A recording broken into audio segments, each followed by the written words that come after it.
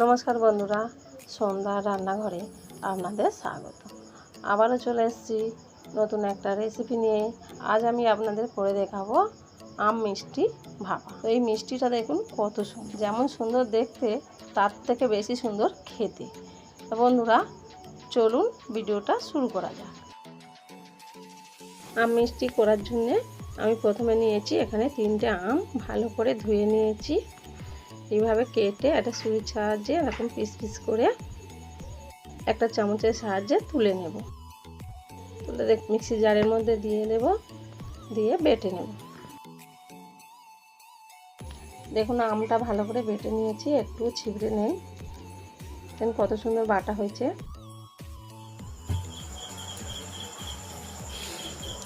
দেখুন বন্ধুরা, মিষ্টি করার জন্য এখানে আমি 1 বাটি দুধ নিয়েছি। দুধটা কড়ার মধ্যে ঢেলে দিচ্ছি। কড়াটা আমি আগে থাকতে বসিয়ে রেখেছিলাম, তাই গরম হয়ে গেছে। আর দিয়ে দিচ্ছি 1 বাটি সুজি। সুজিটা কিন্তু ভাজা নয়, কাঁচা সুজি দিচ্ছি আমি। এই সুজিটা দিয়ে ভালো করে নাড়াচাড়া করে মিশিয়ে নেব।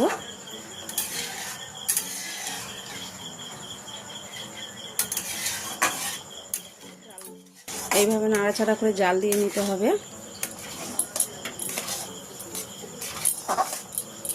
দেখুন সুজিটা গাঢ় হয়ে গেছে, কতটা শুকনো হয়ে গেছে। দেখুন সুজিটা দেখুন ভালো শুকনো হয়ে গেছে, দলা পাকিয়ে গেছে। এবার আমি এর মধ্যে দিয়ে দেব যে আমটা মিক্সিতে আমি বেটে রেখেছিলাম, ওই আমটা এর মধ্যে দিয়ে দিচ্ছি। অল্প অল্প করে দিয়ে দিচ্ছি।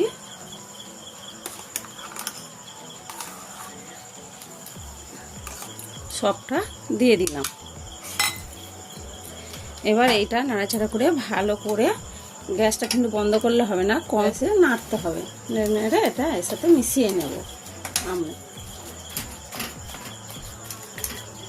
আমের মিশ্রণটা ভালো করে সুজির সাথে মিশিয়ে নেব। আর দিয়ে দিলাম সামান্য একটু নুন আর 1 চামচ ঘি দিয়ে ভালো করে নেড়ে নিলাম।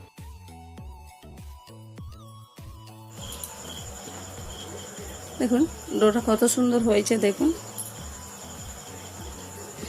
সুজির মিশ্রণটা দেখুন কত সুন্দর হয়েছে, গাঢ়। ঠান্ডা হলে আরও বসে যাবে, আমি ঠান্ডা করে নিচ্ছি। দেখুন বন্ধুরা, এখানে আমি 500 গ্রাম দুধ নিয়েছি। এই 500 গ্রাম দুধ আমি ফুটিয়ে জাল করে নেব।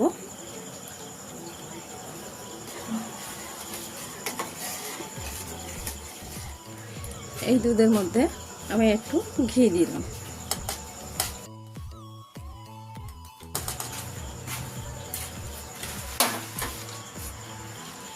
আর দিয়ে দিলাম একটা এলাচ ফাটিয়ে দিয়ে দিচ্ছি, যাতে গন্ধটা খুব সুন্দর আসে। দেখুন বন্ধুরা, এখানে অল্প একটু সুজি নিয়েছি, যেহেতু এর মধ্যে সুজির বদলে আপনারা ছানা দিতে পারেন। আমার হাতের কাছে ছানা নেই, তাই আমি সুজি দিচ্ছি। সুজিটা দিয়ে দিচ্ছি, অল্প অল্প করে দেবো আর নাড়ব।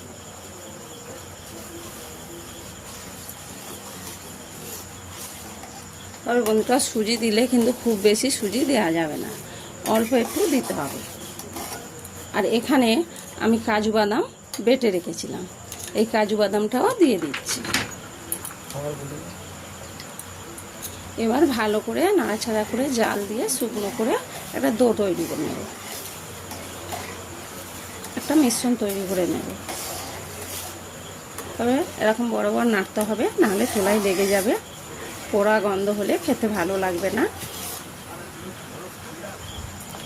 আর দেখুন বন্ধুরা, আমার কাছে নারকেল থাকলে নারকেল কুড়ো দিলেও ভালো লাগে, তো আমি নারকেলের গুঁড়ো দিচ্ছি।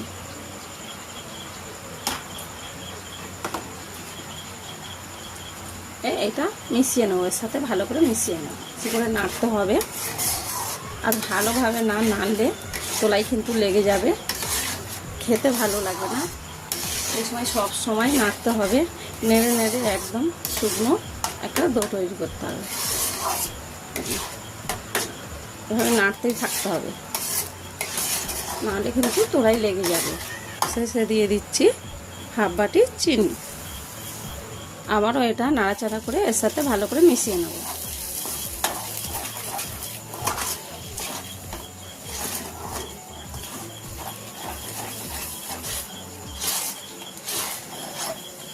দেখুন বন্ধুরা, আমাদের দুধটা কিন্তু ফুটিয়ে ক্ষীর হয়ে গেছে। দেখুন ক্ষীরের মতন। কিন্তু আর জাল দেবো না, এবারে এটা ঠান্ডা করে দেবো। এবারে এটা ঠান্ডা করে নেবো লাভিয়ে। এবারে এটা ঠান্ডা করে নিলে আরও শুকনো হয়ে যাবে। দেখুন দেখুন খুন্তি থেকে পড়ছে না। আরে এইভাবে বানিয়ে নিতে হবে।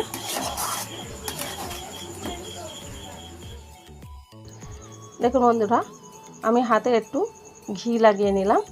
এবারে পুরটা অনেকটা ঠান্ডা হয়ে গেছে, অল্প অল্প করে কেটে গুলটি করে নেব। এখন এইভাবে গুলটি করে নিতে হবে। খুব বড় করব না, যেহেতু এটা আমি মিষ্টির ভিতরে দেব, তাই ছোট ছোট এইভাবে পুর করে নেব। বন্ধুরা আমরা সবগুলো করে নেব। দেখুন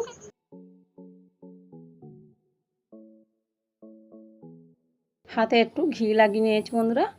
এইবারে আমি যে মিশ্রণটা করে রেখেছিলাম মিষ্টির জন্য, ওই মিশ্রণটা হাত দিয়ে একটু মেখে নেব। হাত দিয়ে অল্প অল্প করে লেকচিগুলো কেটে নেব।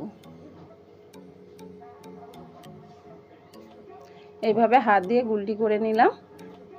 এইভাবে হাত দিয়ে গুলটি করে নিলাম। হাতের তেলো দিয়ে চেপে চেপে নিলাম। এবারে যে গুলটিটা করে রেখেছিলাম বা পুরটা, ওই পুরটা এবারে দিয়ে দিচ্ছি। দেখুন ওর মধ্যে দিয়ে দিলাম, দিয়ে এইভাবে মুড়ে নিতে হবে। দেখুন এইভাবে মুড়ে নিয়েছি, আবারও হাত দিয়ে গোল করে নিচ্ছি। দেখুন কত সুন্দর হয়েছে। দেখুন কত সুন্দর লাগছে। তো বন্ধুরা এইভাবে সব মিষ্টিগুলো করে নেব। এখানে আমি একটা কোড়া বসিয়েছি, কোড়ার মধ্যে একটা স্ট্যান্ড দিয়েছি, আর সব মিষ্টিগুলো দেখুন একটা থালার মধ্যে সাজিয়ে নিয়েছি। ওই থালাটা আমি কোড়ার মধ্যে বসিয়ে দেব। আর দেখুন মিষ্টিগুলো কত সুন্দর লাগছে।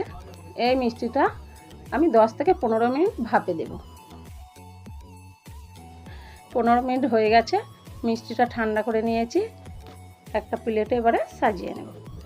দেখুন বন্ধুরা মিষ্টিটা কতটা সুন্দর হয়েছে, খেতে কিন্তু খুবই সুন্দর লাগে। মিষ্টিটার ভিতরটা দেখুন কত সুন্দর নরম তুলতুল করছে। তো এই মিষ্টিটা খেতে দুর্দান্ত লাগে। আপনারা একবার বানালে বাচ্চারা খেয়ে ভুলতে পারবে না, মুখে লেগে থাকবে, বলবে মা আর একবার বানান।